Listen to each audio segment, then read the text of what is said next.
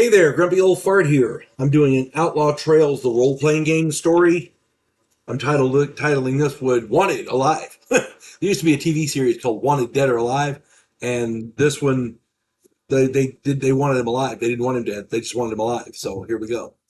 I was playing an Earl's game, and I'd just gotten that bonus for delivering the shipment of silver. I met up with my friend Kevin's character.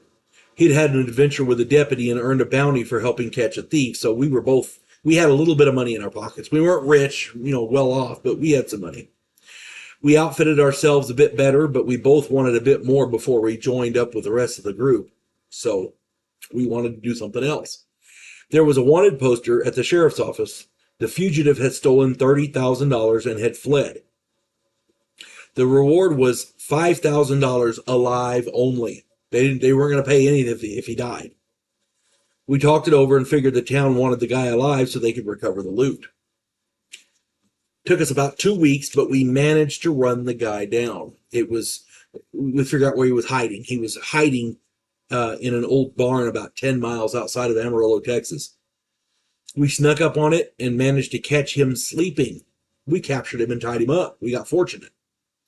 After a careful search of the barn and the surrounding area, we realized that the money was not there.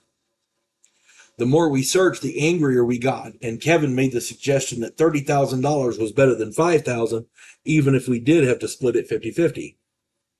We talked to the guy, and he admitted he had it stashed somewhere, but wouldn't say where. We figured that a few days without food and water might loosen his tongue. After 3 days, he started trying to make a deal.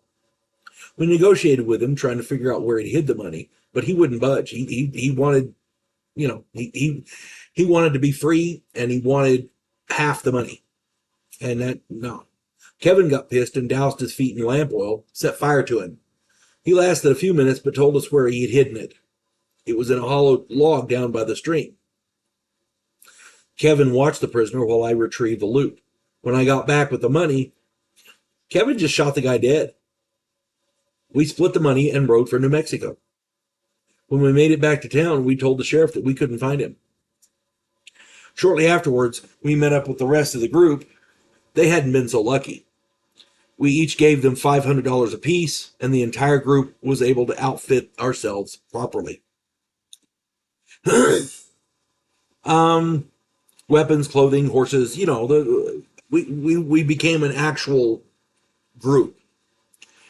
We looked like a real outfit at that point. It was me, Kevin, Larry, Bobby, and John. Then we started hiring ourselves out as problem solvers, bounty hunters, guns for hire, that sort of thing. And for the most part, we wanted to stay on the legal side of things, but we weren't upset if we had to do something on the other side of the line, as it were.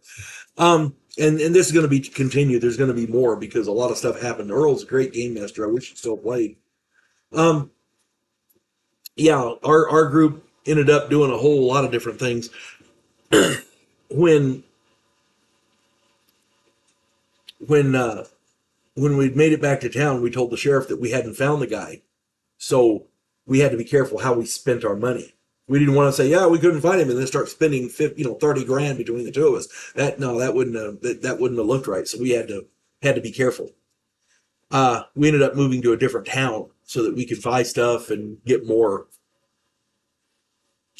better equipped. You know what I'm saying? At any rate, that's where the fun began. Stay tuned for the next episode. I hope this finds everybody well. You folks have a good one. God bless one and all. Clarissa Lowe, a historian from the future. Delmore Kane, a Civil War veteran turned outlaw. This oddball pairing faces a conspiracy of epic proportions spanning the centuries. If you like action and adventure westerns with a splash of science fiction and fantasy, check out my book series Drifters and their ongoing adventures.